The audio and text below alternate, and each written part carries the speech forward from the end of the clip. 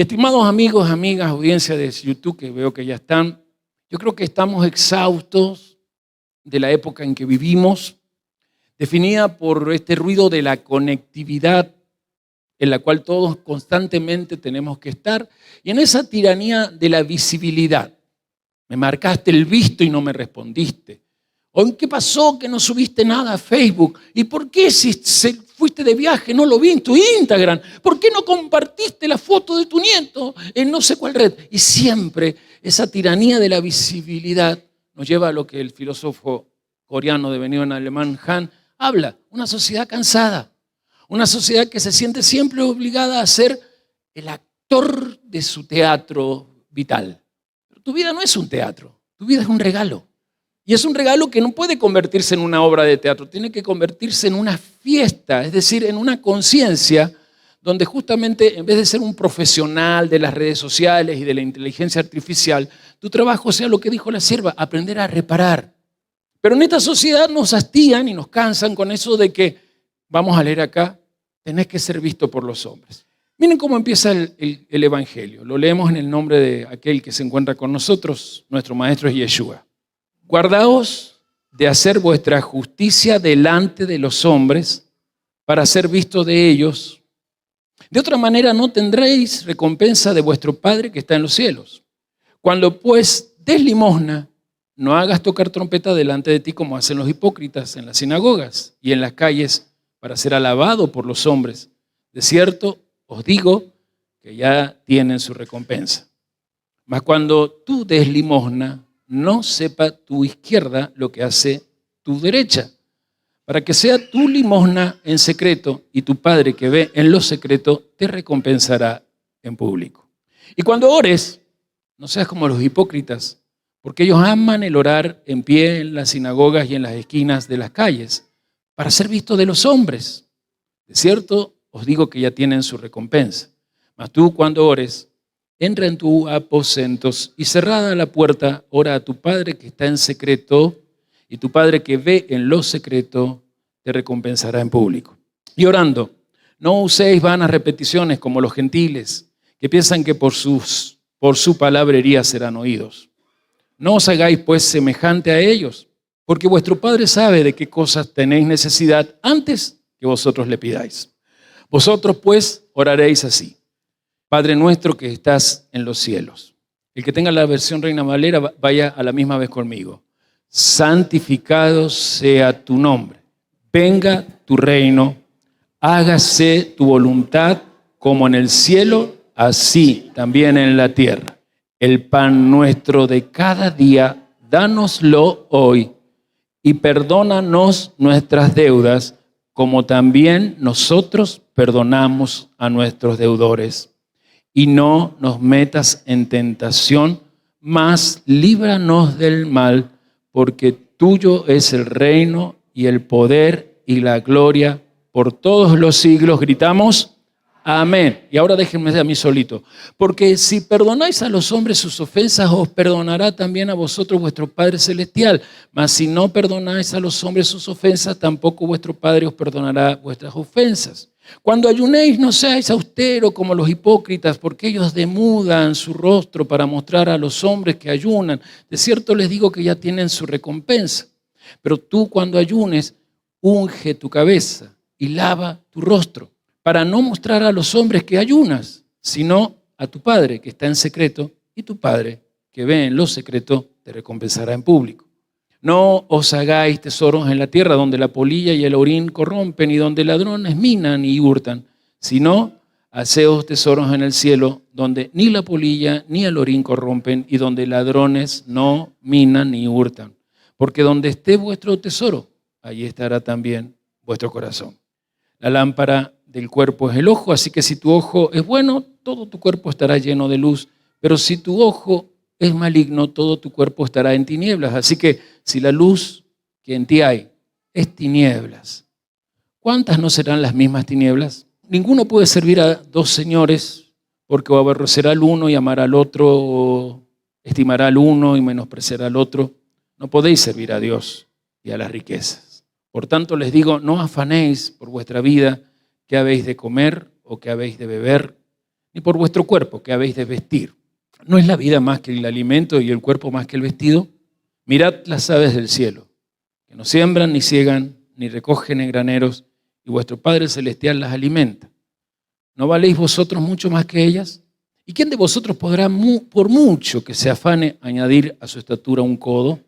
Y por el vestido, ¿por qué os afanáis? Considerad los lirios del campo, como crecen, no trabajan ni hilan, pero os digo que ni aun Salomón con toda su gloria se vistió así como uno de ellos. Y si la hierba del campo que hoy es y mañana se echa en el horno, Dios la viste así, ¿no hará mucho más a vosotros, hombres de poca fe?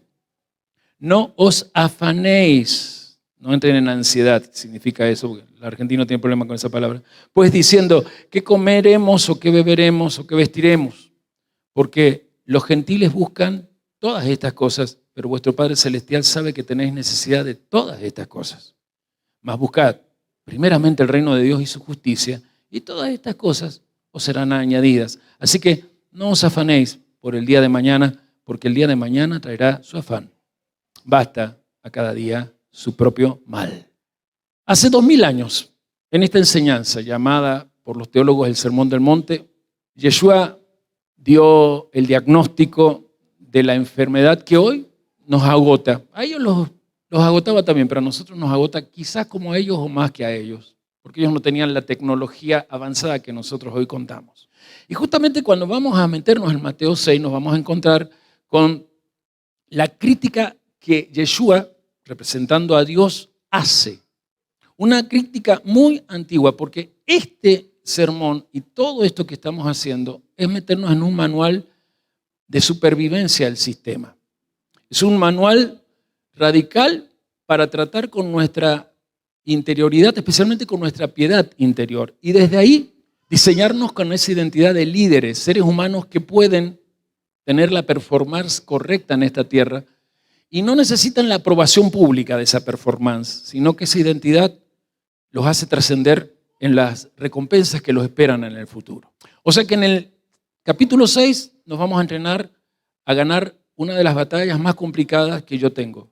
Y también la tienes tú, la batalla por nuestra mente, la batalla por nuestra vida espiritual, porque es ahí donde más el agotamiento nosotros lo sufrimos. Si tuviéramos que elegir un solo capítulo de todo lo que hay en los evangélicos para diagnosticar la enfermedad del alma posmoderna, este es el capítulo 6. Yeshua, nuestro Rabbeinu, nuestro dueño y maestro, el gran maestro, se siente y dice, de alguna manera, sé lo que ustedes están haciendo. Y lo peor de todo es que sé por qué lo están haciendo. Conozco la intención por lo cual lo hace. Y vuelvo a decir, Yeshua no va a condenar las prácticas de aquí, porque los ritos no están mal y las prácticas religiosas tampoco. Eso no lo critica Yeshua. Es más, estas tres pilares de la fe del judaísmo eran esenciales. Lo que Yeshua va a condenar es la motivación pervertida que moviliza a usar estas armas de fe. Detrás de estas prácticas hay hombres con motivación negativa y nos va a hacer elegir lo que a ellos les hace elegir. O emuná, es decir, certeza, convicción, fe, fidelidad, o hipocresía. Y son preguntas, la sierva te la hago yo también desde este planteo. O servimos a la hipocresía o servimos a la santidad para la cual Dios nos ha apartado. O buscamos el aplauso de la multitud y la admiración de los hombres, o buscamos el reino de Dios y su justicia y la aprobación íntima de Dios como Padre.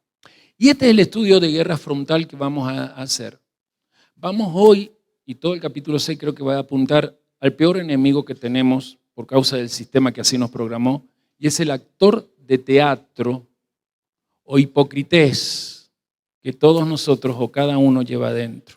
Yo no voy a la iglesia porque está llena de hipócritas, así es, tanto como afuera de la iglesia, porque lamentablemente este mundo ya tiene casi 9.000 millones de hipócritas, con alguna que otra excepción, entre quizás entremos nosotros si es que hoy decidimos lo que tenemos que decidir. Los desafío a que nos metamos al capítulo 6. Hoy vamos a ver de qué se trata. Preparé un video para ustedes. Les pido solo 4 minutos y medio. ¿Me lo regalan? Si me lo vas a regalar, necesito que tu corazón sea el que escuche. El video no es gran cosa, pero el mensaje es todo lo que vamos a ver de aquí hasta cuando se acabe el capítulo 6, que por lo menos mínimo un mes nos va a tener entretenidos en esto. ¿Sí? Vamos, por favor. Hoy vamos a meternos de lleno en un texto que, aunque tiene 2000 años, nos habla de un conflicto súper actual, una batalla que seguro muchos libramos, la que existe entre lo que mostramos al mundo y lo que somos de verdad, en privado. A ver, arranquemos con una pregunta que parece una contradicción, ¿no? ¿Cómo es que algo tan bueno como ayudar a alguien, como orar o como ayunar, podría llegar a ser visto como algo hipócrita? ¿Cómo puede ser? Bueno, para entender esto, la clave está en el origen de la palabra, porque hipócrita, en griego, hipocritestes, no significaba mentiroso, no, significaba literalmente actor de teatro, alguien que está, actuando, interpretando un papel para un público. Y con esa idea en mente, la del actor, ya tenemos el escenario perfecto para entender la crítica central que aparece en Mateo 6. Justamente se enfoca en 3 prácticas que eran, digamos, los pilares de la vida piadosa en el judaísmo de la época: dar limosna, orar y ayunar. Ojo, y esto es importantísimo. La crítica no es a las prácticas en sí mismas, para nada. El problema no es dar, ni orar, ni ayunar. El verdadero meollo del asunto es la motivación. ¿Por qué se hace? El problema es cuando todo se convierte en un show, para ser vistos, para buscar el aplauso. Ok, entonces, si el problema es la actuación pública, ¿cuál es la solución? Bueno, el texto nos presenta una especie de fórmula, un patrón que se va a repetir una y otra vez para cada una de estas prácticas. La idea es sacar estos actos del escenario público y llevarlos a otro lugar. Veamos el primer caso, la limosna. El contraste es brutal. Por un lado, tenemos al actor que casi que toca una trompeta para que todos vean que va a dar dinero. Pura pompa. Y por el otro, la enseñanza es todo lo contrario. Un acto tan secreto, tan íntimo, que tu mano izquierda no sepa lo que hace la derecha. Y fíjense qué interesante, porque con la oración pasa exactamente lo mismo. Se repite el patrón. En vez de orar en las esquinas, en las plazas, para que todos digan qué persona tan piadosa, la propuesta es otra. Entra a tu cuarto, cierra la puerta. Cambia el escenario. La motivación ya no es la reputación, es la intimidad. Y el remate final, que es brillante, llega con el ayuno. Se acaba eso de andar con cara triste, demacrada, para que todo el mundo vea el gran sacrificio que se está haciendo. No, la instrucción es: lávate la cara, peínate, que nadie se dé cuenta, porque la devoción es interna, no un espectáculo para conseguir la admiración de los demás. Ahora bien, para entender de verdad por qué esta actuación era un problema tan grande, tenemos que ir un poco más profundo. Hay que entender qué significaban realmente estas prácticas para la gente de esa época. Hablemos de dar limosna. Para ellos no era simple caridad. La palabra que usaban era tzedaká, que se traduce mejor como justicia. No era un favor que se le hacía al pobre, era un deber. Era restablecer un equilibrio. El pobre, en cierto modo, tenía derecho a recibir esa ayuda. Y por otro lado, existía otra cosa completamente diferente llamada corbán.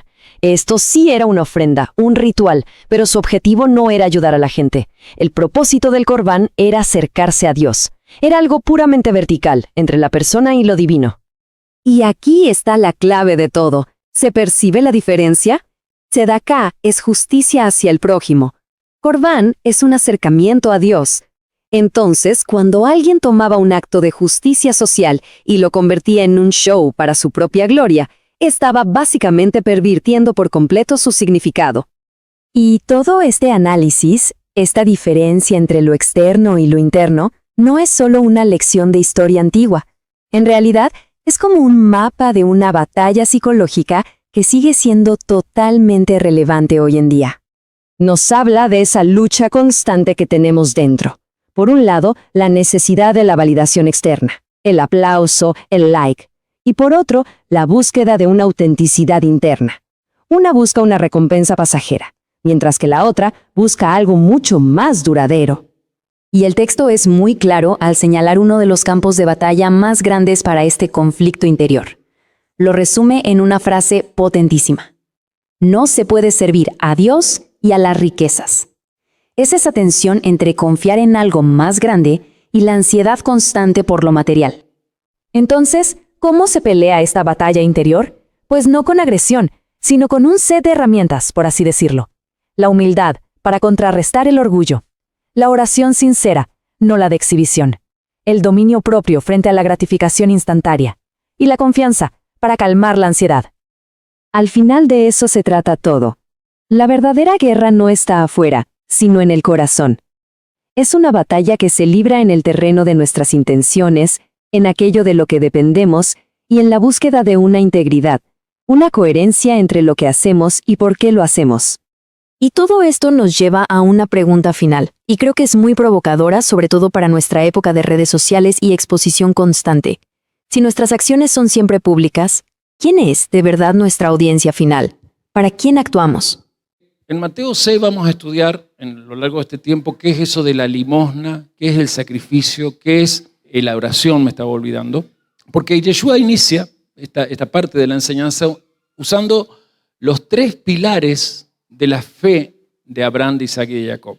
Vuelvo a decir, los pilares de la cultura de Yeshua, la cultura de Yeshua era el judaísmo, no como, para los que no entienden, judaísmo hoy es como una especie de posición política más que nada y religiosa. En la época de Yeshua no tenía que ver con eso, sino con una cultura que tenía, lo contrario a los griegos, a Dios en el centro. Era una cultura teocéntrica. Y para mantener ese enfoque de Dios en el centro de la vida de cada varón o mujer que practicaba esta cultura, había 3 herramientas que son, diga detrás de mí, la limosna, más fuerte la oración y ahora el ayuno. Aquí no hay una crítica a estas herramientas. La crítica apunta, anote, a la publicidad. Es decir, a la búsqueda de recompensa inmediata de seres humanos. Quiero que me vean practicar limosna, quiero que me vean practicar la oración, quiero que me vean como ayuno. Y aquí es donde Yeshua va a usar estas herramientas sin decir que esto no sirve, pero va a entrar a decir cómo la están usando mal. Y justamente la limosna, en ese momento, que servía para hacer justicia, no estaba cumpliendo ese rol. La gente usaba la justicia para envanecerse. La justicia que Dios esperaba se había vuelto vanidad. Y la palabra griega que utiliza allí Yeshua para la palabra limosna, cuando dice limosna, se la tengo que explicar porque usted ya conoce en hebreo, pero ahí está en griego. La palabra suena así en griego, elemosine. Diga conmigo, trate de hasta repararme. Vamos, no hay problema, emule todos como lo hago. Elemosine. El emocine se traduce como limosna y es la palabra que deriva de eleos, palabra griega, que significa misericordia. Por eso, para los griegos, para los que leían a Mateo que estaba escrito en griego, el emocine hablaba no de eso que hoy le llamamos limosna, de tirar algo que nos sobra o algo que queremos tirar hacia alguien que no tiene. Una obra, no sé, momentánea, casual, de ayudar a alguien. No, para los griegos el emocine era lo mismo que para esta gente que hablaba hebreo. Era un llamado a practicar la justicia social. Por eso es que en el video se explicaba la palabra sedaká. Sedaká es la forma hebrea que después se traduce al griego como el emocine y que nosotros vamos a entender que era una misbah, una obligación, un mandamiento de Dios, porque sedaká o el emocine significa justicia social y rectitud moral. Eso es lo que requería la Torá. O sea, la Torá decía, piensen en el más vulnerable entre su pueblo. Y yo no sé si ustedes saben quiénes eran la gente más vulnerable, los que menos tenían en el pueblo de Israel. Siempre yo sabía que iban a empezar por las viudas. Es correcto. Viudas, huérfanos, pobres. Sin embargo, tendríamos que haber empezado por los que menos tenían y sin embargo servían a Dios. Entonces vamos en orden. Detrás de mí, los más vulnerables de Israel. Los más vulnerables de Israel Eran los levitas, los pobres, las viudas las viudas y los huérfanos. y los huérfanos. ¿Por qué digo esto? En la Torá quedaba bien claro que el más vulnerable de Israel, repito, levita, pobres, viudas y huérfanos, tenía derechos y el dador debía cumplir un deber. Y siempre el dador era el que, teniendo, debía compartir, no acumular. En la Torá no existe la teoría del derrame. Usted está siendo manipulado hoy por algo que Yeshua aquí critica. El derecho de los ricos de tener lo que tienen y tener aún más, porque a la larga, si los ricos tienen la garantía de tener más, lo que se acumule a la larga va a caer hacia los que menos tienen. Es mentira, nunca ha pasado eso. Jamás ha pasado. Ese tipo de ideología política es satánica.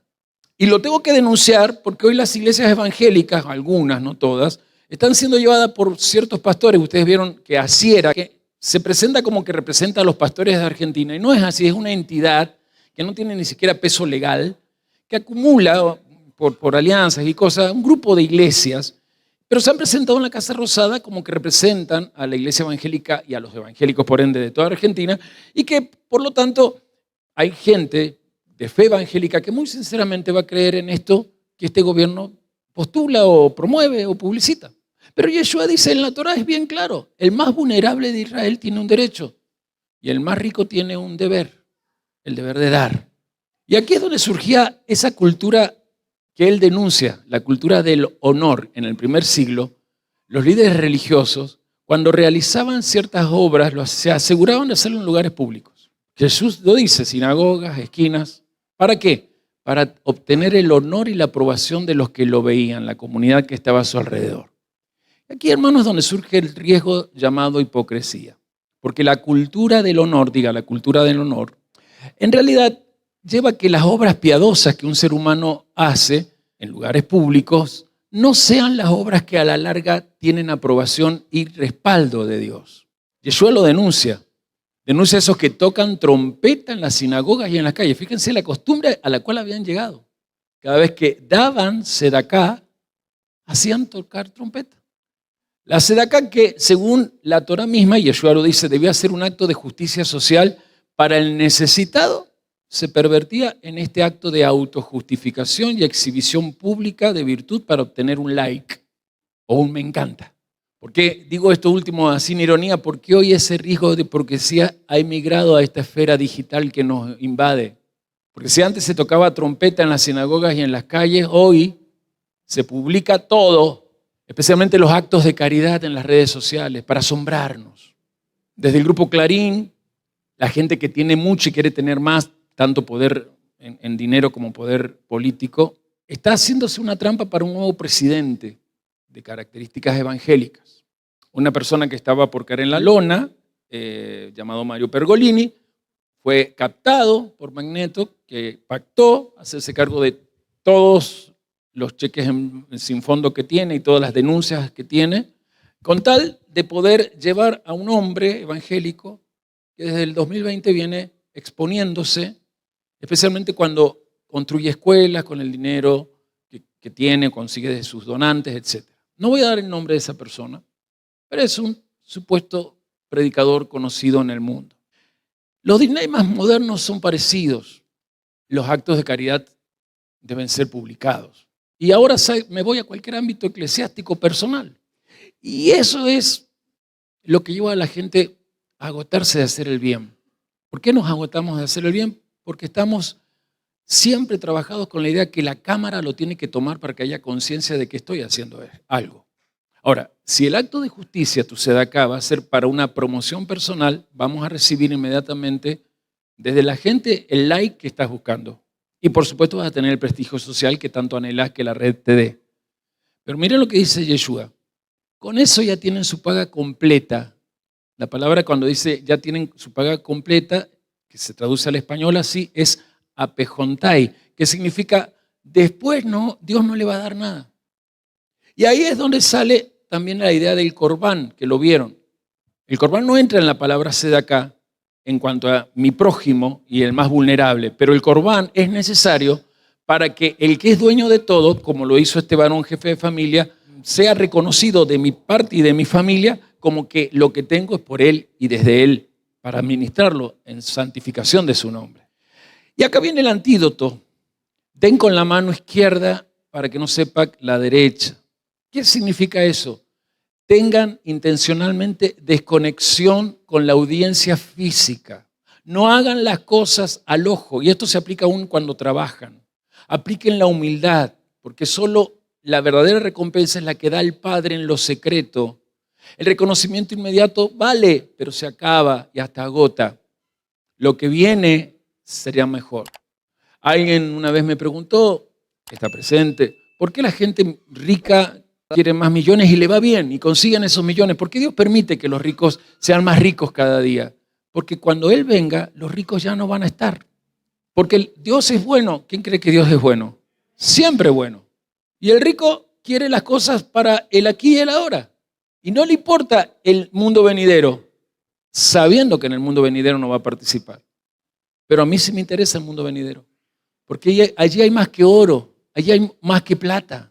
Bueno, el oro va a faltar las calles de las ciudades que nosotros vamos a estar.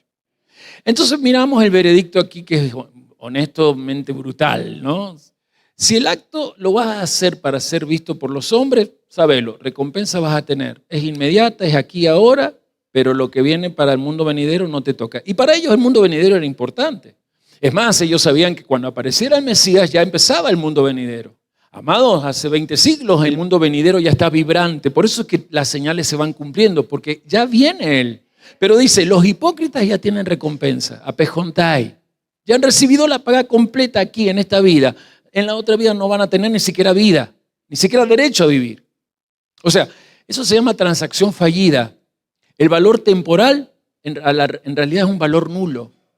Porque ¿de qué sirve solo esta vida si después te vienen a pedir que pases al lago de fuego? Y esta crítica es bastante universal, ¿no? Porque se aplica a nosotros, en donde justamente, hablando de esta virtualidad, la gente en vez de buscar tener una buena relación con su interioridad y por ende con Dios, busca sentirse divinamente aceptado por sus amigos en las distintas redes que maneja. Y aquí es donde viene esto de ser más en humildad, la actitud interna de priorizar la humildad a la hora de practicar un rito. ¿Los rituales son malos o buenos? Son buenos. Lo que es malo es el ritualismo. ¿Qué es el ritualismo? Lo que hago tan mecánicamente que es para conformar a los que me ven. Y Yeshua dijo algo que Oseas capítulo 6 relata.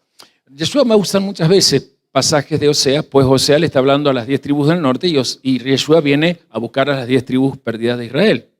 Y Oseas capítulo 6, versos 6 al 7 termina diciendo, porque misericordia quiero y no sacrificio. Y Mateo 9, 10 al 13 tiene a Oseas 6 citado. Mateo 12 del 1 al 8 tiene esta frase, misericordia quiero y no sacrificio. Así que, como segundo punto de esto que el video nos dice que vamos a ver, es que vamos a agarrar el secreto guardado por siglos en el Evangelio. Es hora de hacer una reforma de tu piedad, es decir, las prácticas de tu fe no pueden ser solo externas, tienes que hacer una reforma radical. Yeshua está aquí reformulando las 3 prácticas columnas de la fe. No está diciendo saquémosla, está diciendo pongamos intención, motivación, una devoción secreta, íntima. La clave es tu intención y la motivación de tu lugar secreto, y tu lugar secreto es lo más profundo de tu alma, en donde ocurre la motivación a hacer lo que hagas. Me alegraba lo que les pasó recién o cómo ustedes reaccionaron ante el anuncio de que el domingo que viene comenzamos a trabajar para un seminario de vida. Evidentemente nos gusta desde lo más profundo hacerlo. Al menos yo en los seminarios de vida que he visto, aún con gente que hoy no está con nosotros, siempre he notado que nadie lo ha hecho para simplemente públicamente verse, salvo 2 o 3 excepciones. Pero 2 o 3 no quitan a los cientos que somos y queremos esto. Y aquí Yeshua habla de la oración veraz y sincera. Anótelo. Y ese escenario, que no es para actuar como Hipócrates, o sea, como un actor, la palabra allí que va a aparecer es tamellón. Y quiero explicar esto. Yeshua critica la oración, no. ¿Qué critica entonces? El lugar y la forma. Dice que los hipócritas maximizan la idea de tener audiencia mientras ellas están orando. Es decir, voy a orar en la sinagoga porque ahí muchos me van a ver. O si no, dice, en las esquinas de las plazas. Y hasta tocaban trompeta. Hay una palabra allí que dice Yeshua, en cambio tú te vas a ir, ¿a dónde? Léalo, ¿a dónde se tiene que ir? Cuando ore, a tu habitación, te encerrarás en tu habitación. El que tiene el micrófono, ¿qué dice en la Biblia suya? A la habitación. A la habitación. Otros tienen un lugar secreto, ¿no? Es muy difícil traducir esa palabra que está allí en el idioma original. Anótenla. La palabra allí se las voy a pronunciar lento, tameión, tameión, tameión, tameión. ¿Cómo se traduce tameión del griego al español? Cámara de almacenamiento interior. O sea, en un granero era la cámara donde estaban los mejores granos, donde se aseguraba el dueño del granero la mejor parte de los granos para una mejor cosecha. Se traducía también como cuarto secreto. ¿Vieron que hay casas que tienen cuarto secreto? Fíjense que la gente siempre tiene un cuarto secreto donde algo pueden esconder. Y Yeshua dice, métete en ese tameión, tu cuarto secreto, tu aposento privado. Porque tameión se traduce como lugar privado o lugar de retiro espiritual. Y dice, y cierra la puerta, es decir, que no haya audiencia. O mejor dicho, que haya una sola audiencia, tu Padre. Porque esa es la oración verdaderamente que transforma. En vez de ser un acto personal y social, es un acto espiritual donde el Padre viene y te trata como hijo. Y dije que otra cosa que él critica es la forma. O sea, ¿cuál es el lugar? ¿Lo público? No. Diga conmigo, el tameión. Tradúzcalo. Mi cuarto secreto. Mi cuarto secreto. Ahora, ¿cuál es la forma que condena Yeshua? Ahí lo tienen. Las vanas palabrerías, las vanas repeticiones. No sé quién tiene el micrófono como dice su Biblia. Casi todos tienen vanas repeticiones, está bien. Bueno, esa expresión se traduce de lo siguiente. En griego se dice batalogein. Y no es fácil traducirla.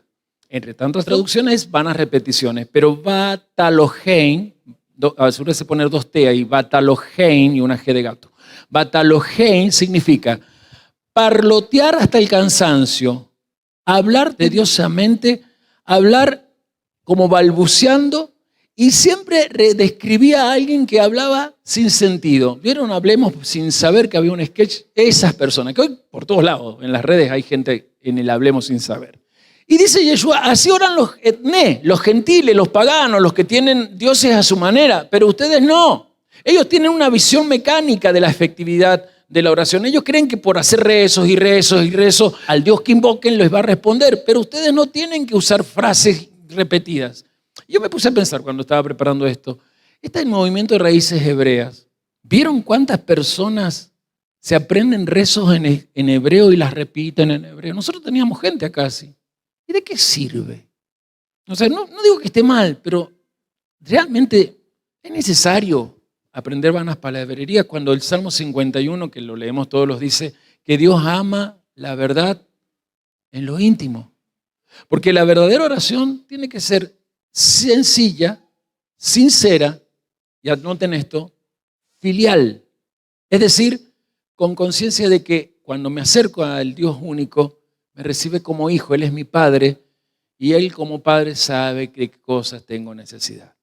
Y ahí es donde aparece el Avinu, que lo vamos a estudiar, donde Yeshua va a resaltar, al enseñar en Mateo 6, del 9 al 13, el Padre Nuestro o Avinu, que siempre conviene a Dios dirigirse primero diciéndole Abba o Avinu. Las dos formas. Abba simple así, Abba es papi o papito. Por ejemplo, yo puedo decir Abba o papi. Pero también puedes decir Avinu, y es correcto porque al decir Avinu, aunque hagas tu oración personal, al decir Avinu estás involucrando a todos los hijos de Dios que están en algún lugar orando a la misma vez que vos. Y eso trae poder. O sea, no está mal orar diciendo Abba, pero si le pones el Avinu, tu alma se eleva hasta que en el mundo espiritual estás involucrando a todos los que estén en ese momento en el mundo diciéndole a Dios papá. Yo no sé si ustedes se dan cuenta de que Yeshua habla de, si van a usar la oración, entiendan que la oración es una herramienta que nos da confianza, certeza de misericordias renovadas y mucha ternura de parte de Dios para con nosotros. Porque una cosa es saber que Dios es bueno, otra cosa es sentir la ternura de Dios. Yeshua dice, no acumulen tantas palabrerías, vanas repeticiones. No es la acumulación de palabras lo que le va a garantizar respuesta. La respuesta siempre viene de un buen diálogo. Un hijo que sabe dialogar con su padre, sabe que su padre a la larga va a terminar acercándose más a él. Y además, en el diálogo, su padre va a descubrir sus necesidades. Es más, los que somos papá, de antemano sabemos qué necesita nuestro hijo. Hasta a veces sabemos qué viene a pedirnos. Nada más que le permitimos el diálogo, porque lo amamos y queremos que sienta que en ese diálogo Él puede obtener de nosotros esa confianza de que vamos a estar con Él. Imagínense el Dios que nos creó, ¿no? Este es el contenido del Avino, el Padre Nuestro. La voluntad de Dios, que es buena, agradable y perfecta, es que haya amor creciente, bienestar abundante y paz inexplicable en tu vida, en tu familia y en tu economía. Para que en la tierra, justamente, se note que el pan de cada día y el perdón, que son necesidades que todo ser humano tiene, en vos vibra pero así, porque Dios te ama nada más. Ahora, estamos en una era de puro ruido digital y ese ruido constante de la digitalidad nos hace llevar a esto que dice Yeshua. Cuidado, en la era de la vigilancia, donde te hacen creer que te tenés que ser visto siempre, vos tratá de tener tu refugio, hacerle resistencia al mostrarte en todo. Tantas fotos de cumpleaños, de nacimiento, del nene que tiene zapatos nuevos, del nene que camina, de la nena. Basta, no expongas a tus hijos a cosas terribles. Pero por sobre todo, y más allá de ese peligro rápido e inminente, no expongas tu mundo venidero por ser esclavo de que la gente te aplaude y te ponga un like. En esta sociedad de cansancio, el único Dios que funciona es el que se encuentra en el tamellón. El otro Dios, el de afuera, no existe, no sirve. Es a la manera de cada uno. Pero allí en el refugio secreto siempre va a haber productividad. Porque lo primero que va a producir frutos va a ser tu alma. El fruto del Espíritu, amor, gozo, paz, paciencia, benignidad, bondad, fe, mansedumbre y templanza van a fluir de ti. Y vas a poder entender esto de no voy a Dios con vanas palabrerías. Baruch atah Adonai Eloheinu melech Adonai. Usted no dice eso, me dijo alguna vez alguien. No, no lo digo. A veces sí, a veces no. Cuando es necesario hago un rezo, pero la gran mayoría de las veces siempre tengo un jibodedut. Dios sabe que en todos mis días hay momentos que no desaprovecho para dialogar con Él y me ha dado resultado. Número 2, la herramienta del ayuno. ¿Sabe para qué dice Yeshua que sirve? Para tener victoria sobre el ego. Porque el ayuno es la señal de que te has arrepentido y que querés seguir humillándote. Porque en vez de lástima y admiración, querés respuesta. Pero Yeshua dice, cuidado, porque hay gente que desfigura o pone la cara triste cuando ayunan. ¿No dice eso? La palabra allí, media rara, escutropoi. Escutropoi se refiere a tener el aspecto sombrío, melancólico y poner la cara como que uno se está muriendo en depresión. Eso dice, los hipócritas usan eso, un rostro triste, desfiguran su rostro para que digan, ay, está ayunando. Usted ha visto que eso se da en las religiones, ¿no? Ay, el hermano ora y ayuna 3 veces por día. ¿Se acuerdan del fariseo? Yo ayuno tantas veces por semana. ¿Y acá qué dice Yeshua? No, la instrucción es, ustedes van a ungir su cabeza y lavar su rostro. Después lo vamos a ver más en detalle. Es decir, se van a presentar en una forma normal a donde vayan. Que nadie se entere que estén ayunando. Asegúrense que la unción de Dios está sobre sus pensamientos y su rostro que esté iluminado. No tenés por qué andar contando que ayunas. Porque es en el secreto donde Dios ve tu ayuno y cuando solo Dios es el que ve la motivación de ese ayuno, pues entonces lo que hay en tu corazón va a ser rápidamente respondido. En pocas palabras, la recompensa viene de Dios y se te va a dar una compensación de esa gran recompensa. Recuerda que en el mundo venidero están las recompensas, pero aquí tenés siempre adelantos de eso. ¿A cuánto le gustan los adelantos de dinero? Bueno, imagínate los adelantos de las recompensas. En pocas palabras, Yeshua dice, guarda con la fachada externa, anulá tu fachada externa. Tu ayuno que sea en secreto, para que justamente consigas su objetivo, victoria de tu espíritu sobre el ego. ¿Qué es el ego? El alma que quiere hacer las cosas a su manera. El alma que en el orgullo dice, yo esto solo lo puedo hacer, no necesito andar consultando a nadie. ¿Por qué se tiene que enterar mi papá de que me gusta Mauro? Si Mauro me ama y me escribió cosas lindas en el WhatsApp. Ahora volvamos a este secreto vital. Asegúrate que tu motivación venga de una intención pura. Porque si vos buscas lo público, vas a tener recompensa, pero no dura para siempre. Porque hablamos de batalla por la mente. O sea que la guerra espiritual comienza primero en tu manera de pensar. Vieron que en las iglesias te hacen creer que guerra espiritual es el demonio que habita en la esquina, el demonio que se esconde en la sopa china. No entres allí porque está lleno de demonios. ¿Vieron eso? No. Acá Yeshua habla de que hay un Satán, un adversario muy peligroso, y es tu ego cuando busca la recompensa pública. Mateo 6 nos va a llevar a eso. La ética de la guerra espiritual es que entiendas que si no empezás por tu interioridad, o sea, si tus batallas no son primero internas para formar la imagen de Dios en vos, tu alma y tu conducta van a seguir siendo parte del mismo sistema que el Hasatán ha logrado gobernar. Vivimos en la modernidad líquida, donde todo vale, donde todo es relativo, cada cual vive su verdad. Y todo esto desorienta. ¿Y a dónde nos desorienta a nosotras? Primero, a la deslealtad. Y segundo, a que sembremos en nuestra alma ansiedad. Y cuidado, porque esto es lo que Dios, a través de Yeshua en este capítulo, nos quiere enseñar a guerrear. La ansiedad se da cuando el orgullo no muere y cuando los deseos de la carne se estimulan. El dar limosna en los secretos es un arma contra el orgullo religioso, contra la vanagloria, porque allí se aprende a vencer el yo. No tengo por qué andar publicando toda la ayuda que doy. Actuar en secreto es saber que la recompensa del mundo venidero ya está garantida ahora con compensaciones, dones, regalos que Dios va a poner, porque se nota que tu intención tiene pureza. Y este ayuno en secreto es la mejor arma disciplinaria sobre los deseos de la carne.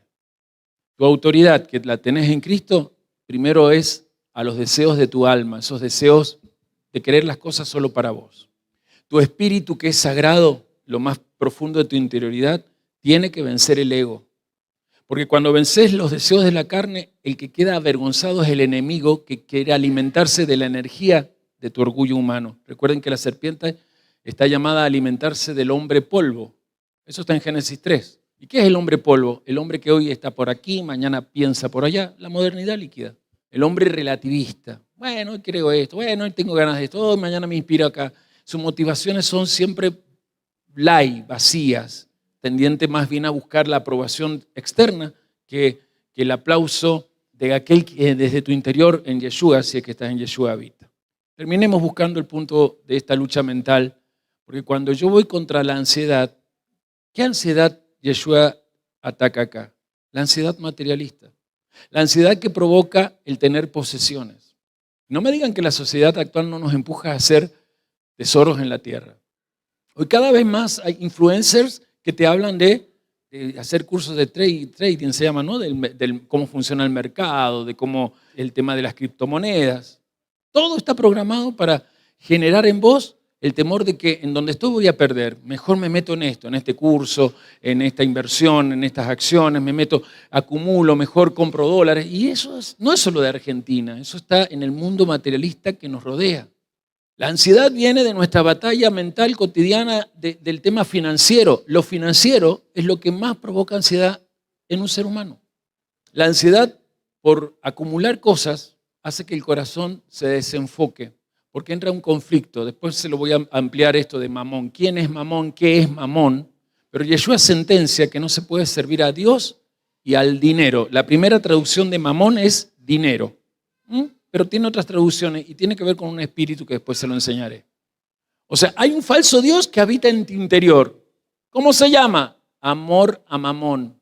Ansiedad por tener más. Ansiedad porque el dinero que yo gano, ¿por qué tengo que darlo a otros? Y aquí es donde aparece el tema de la idolatría. Porque gracias al orgullo y la ansiedad por las posesiones, aparece el clima idolátrico que le permite a Hasatán seguir haciendo que los iluminados lleven al mundo a donde ellos quieren llevarlo según la inspiración que Hasatán y su hueste le da. ¿Qué dice Yeshua? Tienen que vencer el afán. ¿Qué es el afán? La desesperación de trabajar para conseguir bienes. La desesperación o el miedo ansioso que siempre debilita la fe, porque la ansiedad hace que la fe sea débil. ¿Hace cuánto que no oras con fuerza? Pues te está ganando la ansiedad y desesperación por las cosas materiales. Tu conflicto mental está en enfocar la mente en ese reino llamado Mamón y no en el reino de Dios y su justicia. Es que cuando yo estaba en el mundo me iba mejor. Nunca te va a ir mejor en el mundo. El mundo te hace creer que en esa ansiedad que tienes por los deseos de la carne, al cumplirlos te va mejor, pero en el mundo venidero no hay recompensa.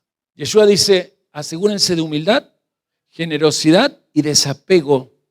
Estas armas espirituales no las usen para el ego, utilícenlas para que el ego no siga vivo. El ego es esa programación psíquico-mental, por decirlo de alguna manera, psicofísica, que hace que tu mente esté programada en lo que desde afuera te dijeron que hay que buscar. Venía desde el sur hacia mi casa y en la calle Aristide Villanueva estaba cortada por dos hechos. Jugaba, creo que de local, la Lepra. Sé que ganó, así que los leprosos están recontentos. Creo que entre los cordobeses. Y entonces estaban todo el tema de los hinchas que iban, todavía no eran las 9 de la noche, iban camino a la cancha. Y además habían como desfiles de las bateas estas, le llaman a los micros que llevan a los chicos que salen de egresados. Y yo ahí esperando que pasaran y los ves gritando, y algunos acá ya lo hicieron, ¿sí? Y voy a decir, pobrecito, están en la misma rueda de siempre. Gritan sabiendo que se han llevado no sé cuántas materias. El que no se lleva materia porque fue el nerd de la clase, va a empezar la facultad para cuando termine la facultad, si es que la termina, obviamente, si en el camino no se le ocurrió abandonarla para casarse y formar familia, va a terminar siendo tan empleado, nada más que con un título. O sea, es el mismo sistema de siempre. Yeshua dice, la soberanía de Yah, la de mi Padre, está en este acto de guerra espiritual donde vos vencés el temor a que las cosas te falten. Y busquemos este final. ¿Cuál es el código secreto de Mateo 6? Y que lo vamos a ir estudiando. Estas tres cosas las vamos a estudiar más adelante. Que te disciplines fundamentalmente en no querer lo que los otros quieren. En buscar la voluntad de Dios y querer que lo que Dios te revele que Él quiere para ti ese día, tú lo hagas en cuanto a tu deber de hacerlo y lo obtengas en cuanto a lo que Él te promete que ese día vas a obtener. Está obligándonos, a vivir en ese buen terreno llamado la Kavaná. ¿Qué es Kavaná? La intención de luz. Kavaná es la intención que motiva ideas buenas, proyectos correctos. Kavaná es la intención que te motiva a depender confiadamente de alguien con más poder que vos. Kavaná es lo que te lleva a tener pureza interior. Cuando termine el capítulo 7, vamos a ver que esta denuncia de la hipocresía está bien clara con los dos cimientos, porque la hipocresía, mis amados, es como una casa hermosa, con una tremenda fachada magnífica, enorme, pero construida en la arena, sin cimiento. ¿Cuál es el destino? Colapsar, porque las recompensas de otros colapsan.